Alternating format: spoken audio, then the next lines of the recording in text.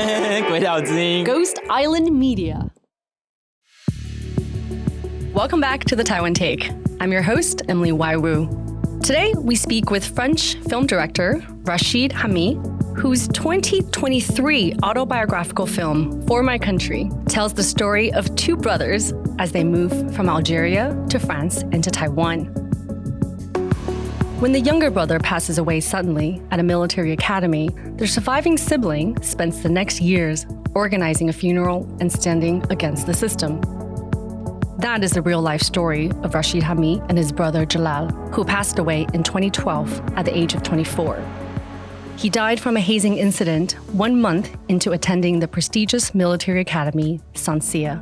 Prior to his death, the two brothers spent their final days together in Taiwan. For My Country, partly shot in Taiwan, premiered at the Venice Film Festival late last year. It opens in a theater in Taiwan on September 28th. Welcome back to Taipei, Rachid. Hello, how are you?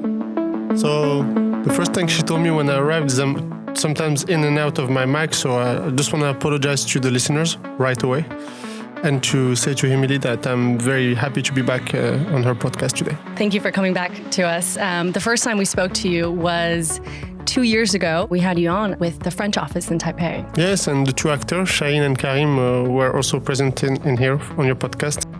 So let's start from the beginning, which is the beginning of your film, For My Country, Pour la France.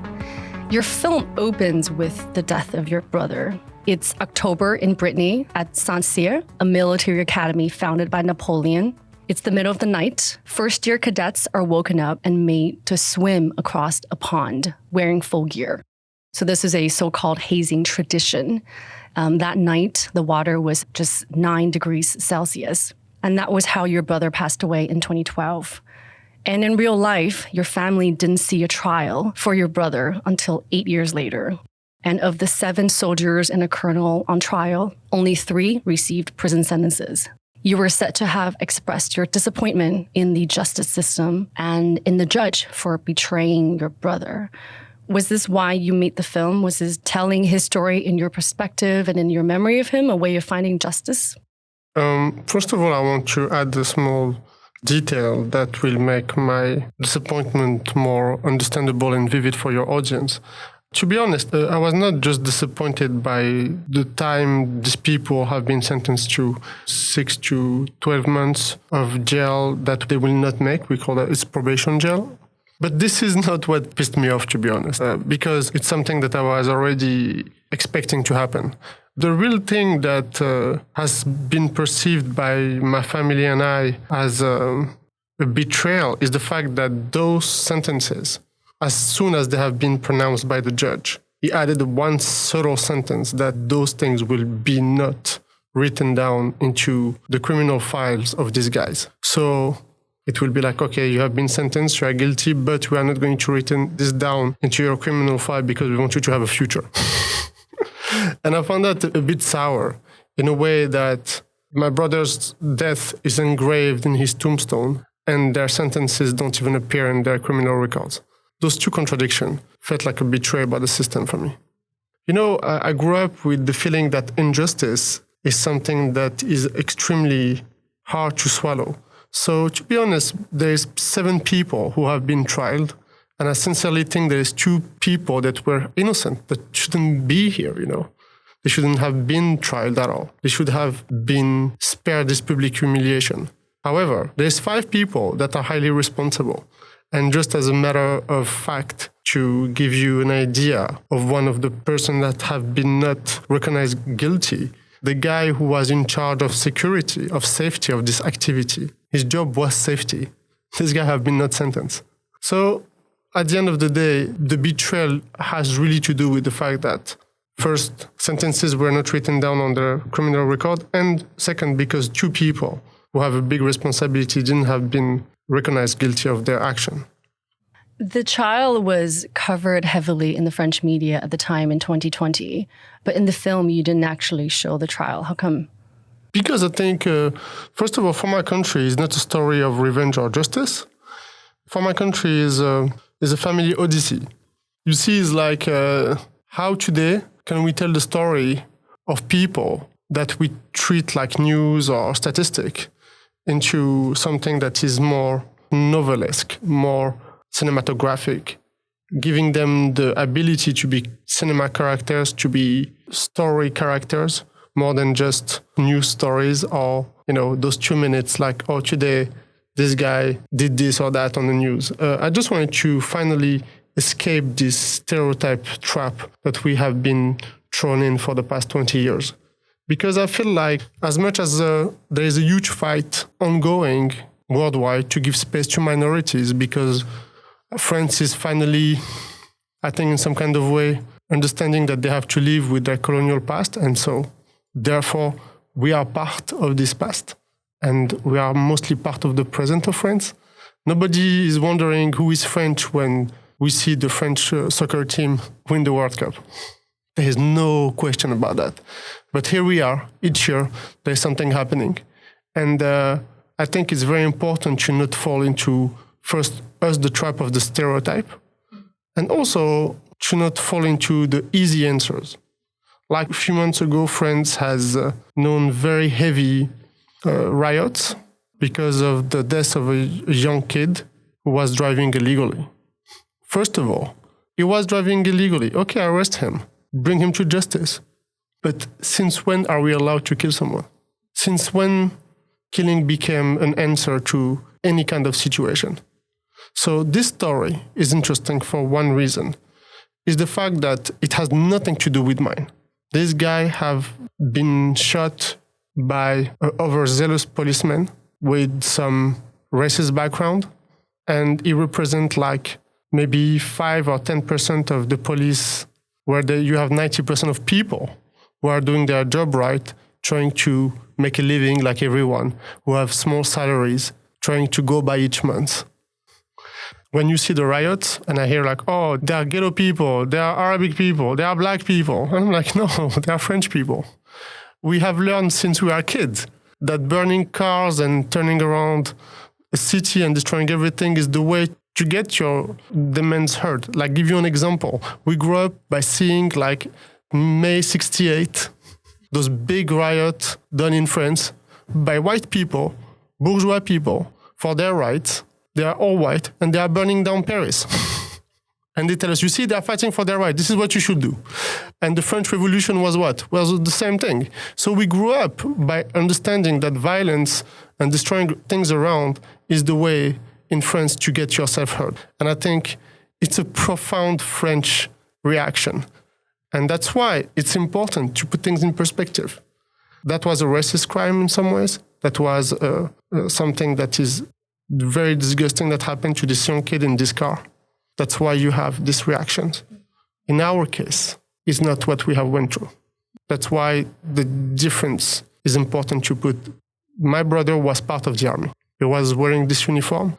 And it's not a fight between an Arabic family coming from the ghetto against an institution.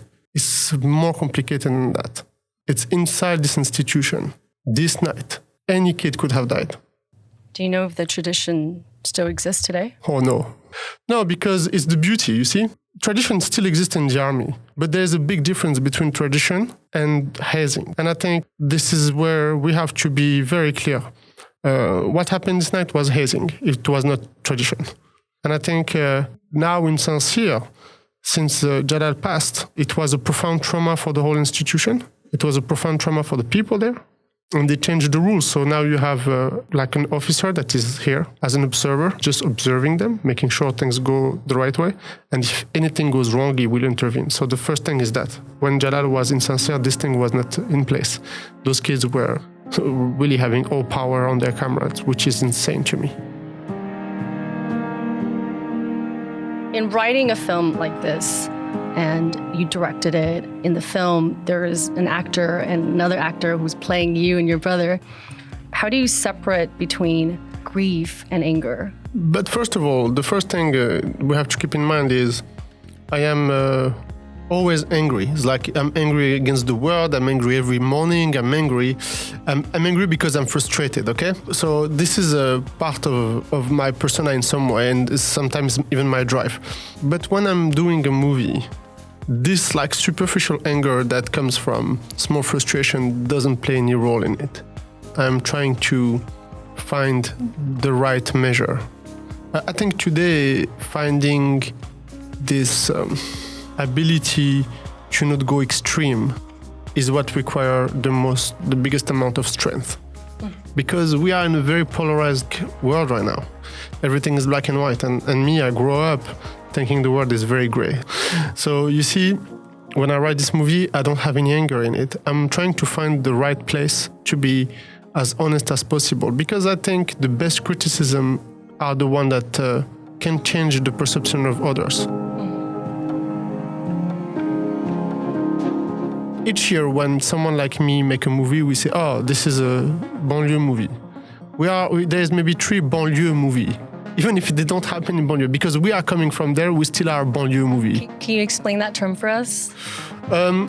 Banlieue is the suburbs of Paris, and the suburbs of Paris are very different from the suburbs of America, where suburbs are for rich people and downtown is for the rest. In Paris, is pretty much reversed. It's like the suburbs is where we have parked in some kind of way all those migrant workers that they brought from Africa after the Second World War to rebuild France. So they build like those big housing projects where they park them in the beginning and say, okay, we're going to do that for the moment, but we're going to integrate them. But this integration project never happened. And I think this integration project has been destroyed by the deindustrialization of France. It's like you come in France in the 60s, 50s, in 50s, 60s, 70s, you have industries, you have like those migrants that don't need to think too much because we give them a job, we give them a situation, and you don't have those issues because those people have a dignity.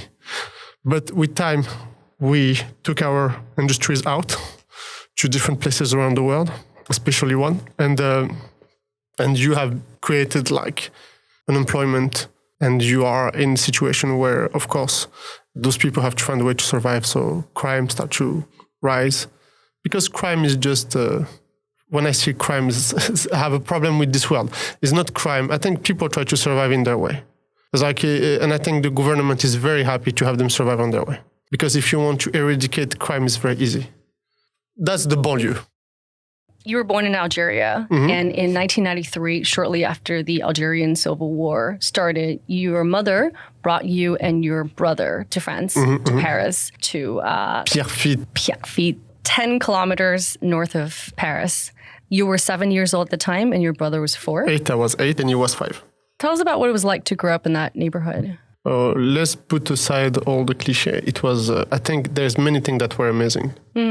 I mean, there's things that happens in those places that really shaped the way I see the world. I can tell you a story.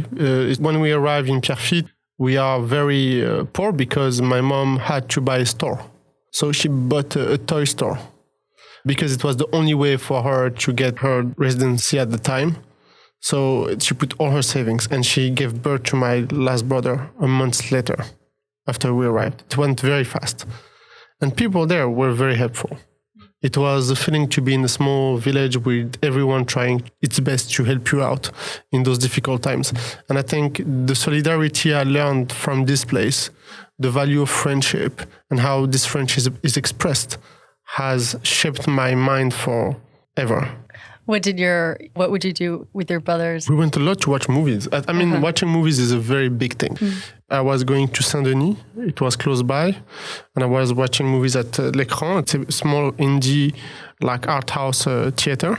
And I was going to Gaumont, which was a commercial theater. And we spent a lot of time playing soccer, doing all sorts of things. And I think one of the most important things we did, it was not with my brothers, but with my friends.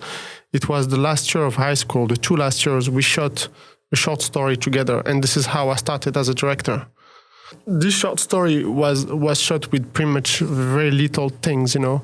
And we sold it to TV network named Arte, very known for their support to cinema.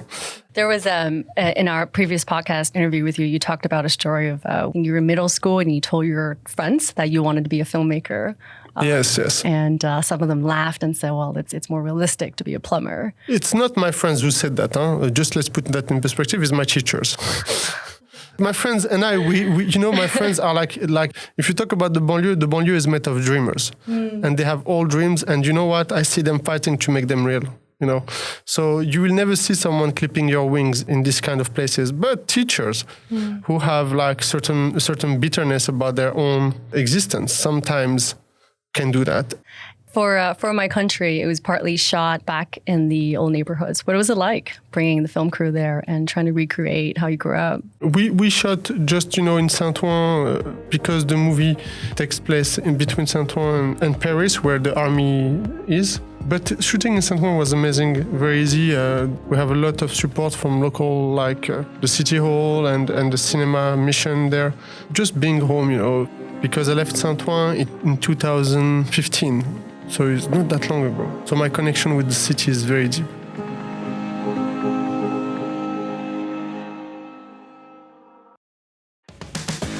Hey, if you have enjoyed the Taiwan Take and would like to support Ghost Island Media, we take monthly donations on Patreon. We're at patreon.com/Taiwan. And please give us a good rating on Apple Podcasts and Spotify. This helps other people find the show. All right, thank you, and back to the show.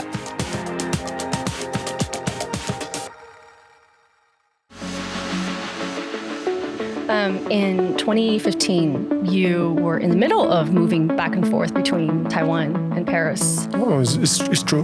2015 is exactly the date. The first time you came to Taiwan was when you were visiting your brother. Who was in Taida.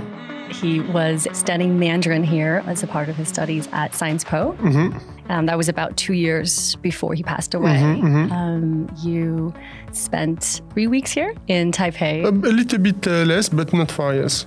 Thinking about that first trip to Taiwan, what was the Taiwan that he wanted to present to you? What was it that he wanted you to experience and understand about his life? I think my brother, when he saw me coming, he was not very excited about it. So let's say it this way. And I think he didn't try to present me anything. It's me that came to see him. And I think it was more like me trying to find a way to get close to him. And we found this in Taiwan. I think we became brothers in Taiwan. And before that, our relationship was pretty complicated. And what I remember of this first experience, to be quite honest with you, is I have been struck by how little my understanding of the world was. You know, so it's 2010, I'm 25 years old. Because seeing people here, you realize that everything you have known so far is just that small. It's super small in comparison of like different way to live, different way to see the world, different way to experience life. And I have been very struck by this very big contradiction that I feel in Taipei. Until now, there's a huge contradiction, is this mix of looking forward, so of modernity, and a very traditional society at the same time.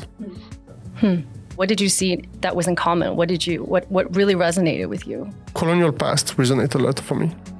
You know, when I sit with my Taiwanese friends and I tell them, you know, the identity crisis a lot of Taiwanese go through is the same for us. Because you see, I'm Algerian. I'm born in Algeria. My mom is born in Algeria in 1949.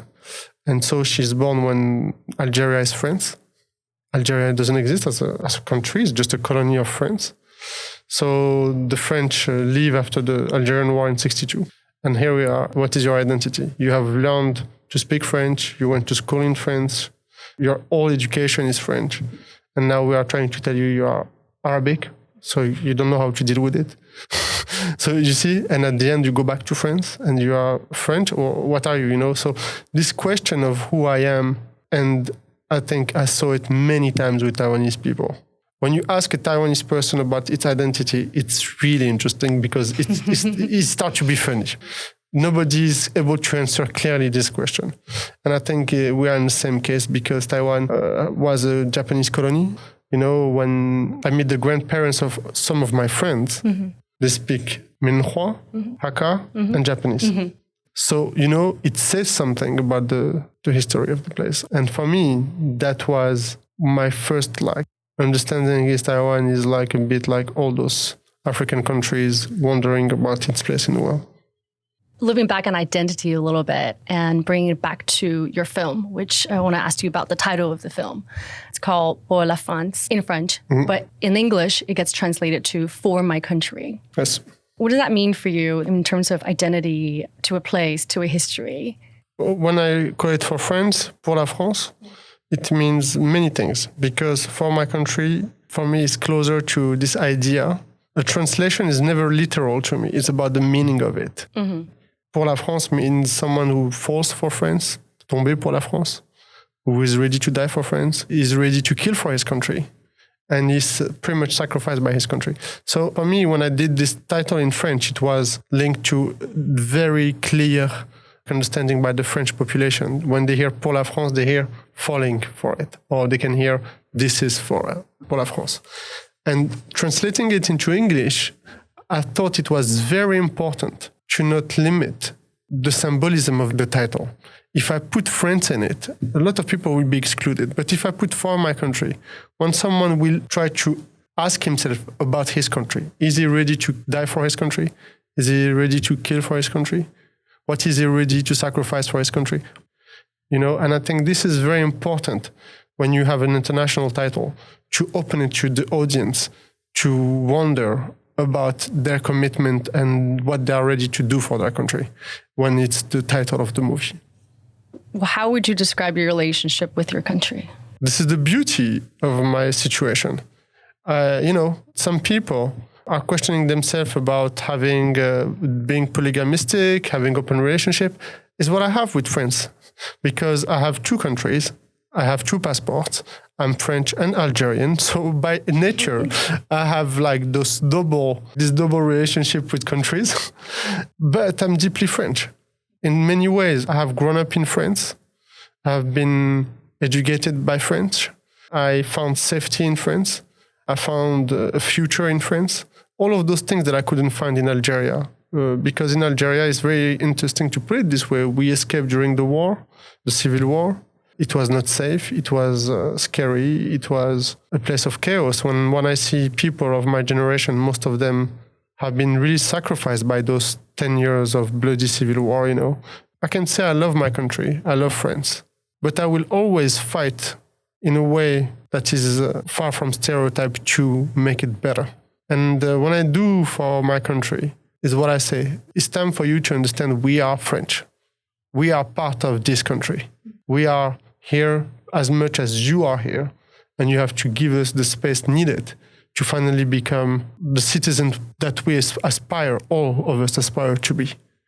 Do you find that people look to you as an Algerian French filmmaker? Is there pressure of needing to represent? First of all, I don't really care about their label, but I am trying to move this. I want to be seen as an artist. I want to be seen as a filmmaker. I'm not a politician. I'm not a sociologist, sorry. I am a movie maker. By all means, I think for me, the first step is for the system to understand that we are artists and we are not messengers, or we are not here to denounce something or to show how difficult it is. No, we are here to tell stories. We are here to be expressing our feelings and our vision of the world through cinema or through music or through painting or through whatever form of art you have. We are, before anything, we are artists. And the fact that we come from this environment shouldn't label us and limit us to that. So every time I talk about this movie, I want to say, I'm fighting for my right to be an artist. The dispute I had with some people with this movie is they expect a movie that will be against France, that will be full of anger. But anger is in the past. Today is bitterness that we are living in. We just see how anger failed to make us move forward. So we have to show the reality. We started this interview a lot talking about there's the anger that you feel as a person, and then there's how you project it or not in your art. And film critics have commented that. It was in the French newspaper Le Monde. They describe your film as refusing to give in to anger. Or Slate.France also commented that instead of anger, the film is with nuance and melancholy.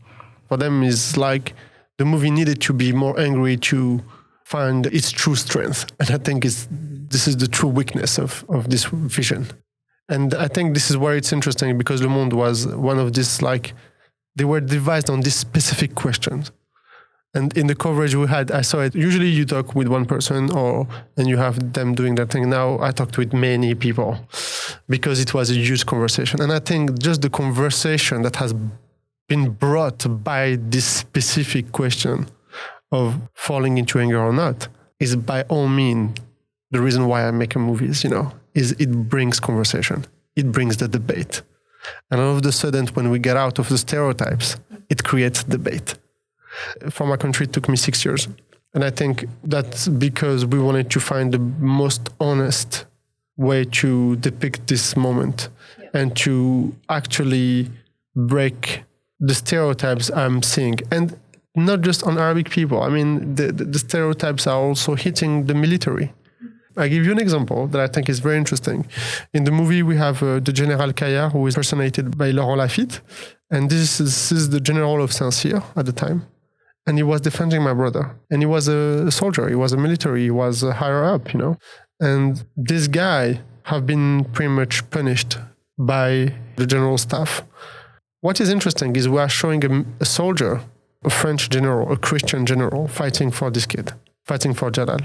And all of a sudden, this vision is destroying the operating system of many people, is in their brain. The military are supposed to be the evil guys.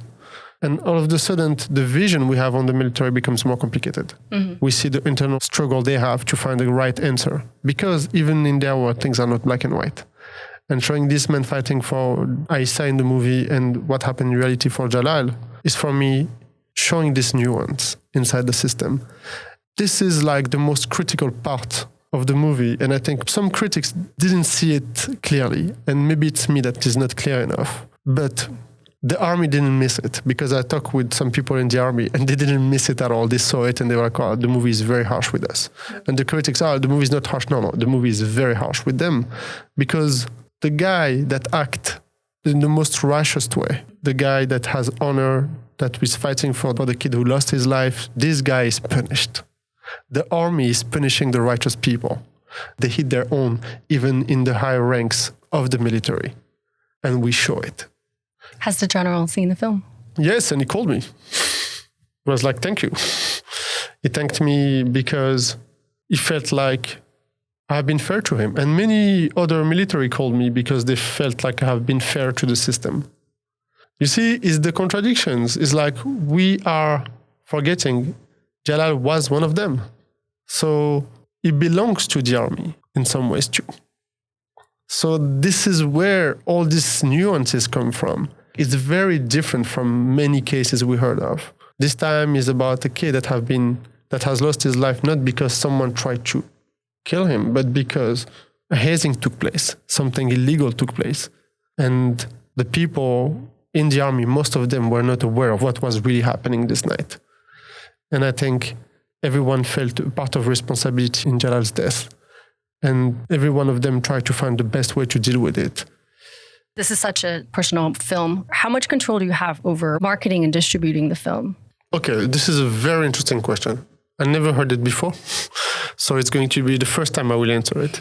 I think no matter which movie I do, be it personal or not, it still is a movie, And there is two important things that take place. The first one is the movie good or not? And after is how to sell it. And I think every time we are confronted to how to sell it, we have divergent point of view that hate each other. And sometimes I am at odds with maybe how things are done. I'm at odds, but I understand them. If this is what you think is the right way to do it, go ahead, guys. And I will never go against them, because at the end of the day, they trust me to make the movie, I should trust them to sell it. That's the part of, okay, what is the synopsis? What is the pitch? What is the trailer? What is the poster? So except if there's something that really bothers me, and it happened many times, one sentence that bothers me about one shot that bothers me or something, these things usually are solved. This is very minimal. But I will never go against the whole, like the people I work with are doing, even if I'm not totally comfortable with. Because at the end of the day, I meet the media. I say what I want to say. I do what I want to do. and they give me this freedom. And I give them the freedom to also do what they have to do. And this is what I think some wisdom is needed from all parts to work together on a movie. And for my country, I have worked with amazing people. We had this amazing relationship from beginning to end. For instance, the poster in France was like something we talked about a lot, because it's so hard to make for a movie like that, 3-part, the story of the past, the army and the family. I'm very happy of the poster. It's the two brothers on profile and another silhouette with a hat. Yes, exactly, because it tells the story. This is the shadow of the military of those two brothers, this family pretty much. And I think this poster had like this quality that is really made for French audience. You see, that's why when I came here for the release, I was like, okay, guys, we have to do a poster for Taiwan, a different one, because I don't think it's the same thing at all. It's not the same audience, they don't have the same understanding. And the Arabic people did their own posters. It's about Algeria, that part of the film. You shot it in Morocco in place of Algeria. Well, because of COVID. In Algeria, it was a bit of a shit show during the COVID. People were really going nuts in Algeria and really weird things were happening. So I'll give you a story. Someone went to see his cousin, 20-kilometer city, and at the time you cannot get out anymore. So he's stuck in his cousin's house without being able to get out. And they said, no matter where you are, you don't move. So really weird things were happening in Algeria, first of all. And I wanted to shoot in Algeria, really. It was my desire, my priority. But we start to struggle with this COVID situation. And there's another thing happening, is I was looking for kids. And I wanted to take the kids in Algeria, because, okay, let's take Algerian kids. But in the 90s, we all used to speak French super well because we don't have the same history as the kids of today. But 30 years later, those kids pretty much don't speak French. So you're okay, so I have to find a kid that speaks super well in French because it's the 90s were like that. So I had to take them in France, ultimately. So we start to look at kids in France. I found those 2 kids and we start to work with them. And I go see the DAS. The DAS is the protection for children in France. And they're like, no. Algeria is no way. And so Morocco is fine. If my producer, you think I'm going to let you go to Algeria during COVID with kids? Are you crazy? I was like, yes, I want to go there, but nobody wanted to follow me, which makes sense. So how was it marketed? What's the story in the Arabic point of view? In Taiwan, the poster is of the brothers. I think the way they market it in Arabic countries is mostly a movie about mourning. In many ways, I think they are more comfortable with the idea of death in Arabic countries. It's very interesting. In Asian countries, there is nothing more scary than death. For me, traveling between countries, I see the different perspective, For them, it's very hard to understand why an Arabic guy is defending democracy and the Republican idea of France. You see, this is something that is very alien to them. I had talks with them because, the movie in each territory has opened in different film festivals. In Arabic country, we opened at Cairo Film Festival, and I had this conversation, Q&A with the audience. It's like, but we don't understand why an Arabic soldier will fight for France. But he's not Arabic, he's French. Okay, but he's Arabic? Yes, but he's French. And as usual, I take always the same example. Zidane. Guys, wake up. Belonging to a country has nothing to do with your race or your religion. It has to do with where you belong to, your ideal, your values. I think Arabic countries are still in trauma overall of what happened, like the war against terrorism, the revolution that have taken place in different countries, Arab Springs. And there is this big fight in Arabic country between religion and the idea of freedom. Those 2 things are not solved yet. And when you are born in the 90s in Algeria, you have been pretty much at the genesis of this uncomfortable situation we are in now, is how Islam has been politicized. Do you think you'll make a film there soon, someday? In Algeria? Mm-hmm. Yes, I wish I can go shoot in Algeria. Algeria is really so beautiful. It's so hard to explain to people because it's a closed country. There is no tourism. There is it's almost like now becoming like a fantasy land. But for me, I go every year. I spend time there. Algeria is like what I said, is like I am in open relationship with France because I have also my relationship with Algeria. And this is who I am. It's like I am those two things at the same time. France has to start to feel comfortable with the idea that we can be both. And those two things are not contradictory because we choose to live in France, we choose to study in France, to have our family in France. We are French. But you cannot remove our roots. It's like those roots have to be like part of who we are. Sometimes I miss Algeria. Like right now, I want to go to Algeria. Maybe I will go this October, spend a week or two. I really miss it, yes. You've talked about in the past of working with the crew and cast in Taiwan, and actually you've stayed even after filming For My Country and now releasing it. You're working with the actor again. Tell us about that and some of the projects you have going forward. I mean, for me, Taiwan is... I have a family relationship with Taiwan. I feel like many people are part of my family, and Taiwan is like a third home for me. After I worked on For My Country, I came here. I shot last year a small short for Cinex and Taiwan Plus. They gave me the possibility to do something for myself, and I was very happy to have no pressure and just do some images. And we shot that, and it was on Taiwan Plus this winter. And now I came back again last spring with Karim Leclou. We came here to work with Taiwanese people on a Taiwanese project. To us, we felt very honored to be invited by Taiwanese people to come and shoot this movie with them. It's the movie that will do the closing of the Golden Horse this year. It's 10 directors, 10 stories, 10 short movies, produced by Emima and Boit Seng. And in the future, maybe I will come back to shoot in Taiwan. There is nothing that is set in stone. There is still a relationship going on here. It's about what story I'm making. And that, for the moment, I don't know which one I will do. Well, thank you so much for all you shared today. Where do people look up pictures from Algeria from you in October? Your Twitter, your Instagram, your Facebook? You see, my life on social media is pretty limited. I sometimes post things related to my work on Twitter. It's the only place where I post a bit, but I never post anything about my life. So nobody knows where I am and what I'm eating.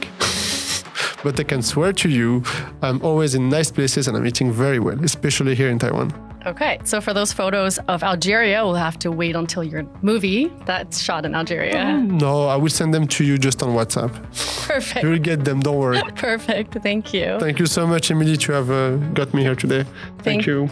Thank you so much for sharing everything. For My Country opens at the theaters in Taiwan in September. Congratulations. Thanks, Emily. Look forward to the next time. Thanks a lot. Bye.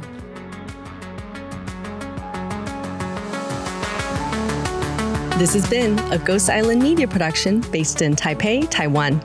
This episode was produced and edited by me, Emily Waiwu. Kara Ganago is our research assistant, with additional research by Min Chao. We recorded this at the Future Word co-working space in Taipei. If you are a French listener, do head over to our podcast series with the French office in Taiwan. It's called Balades Culturelles Franco-Taïwanaises, where you will find the conversation with Rachid and two main actors from the film. I'll have those links in the show notes. Thanks for listening. See you next time.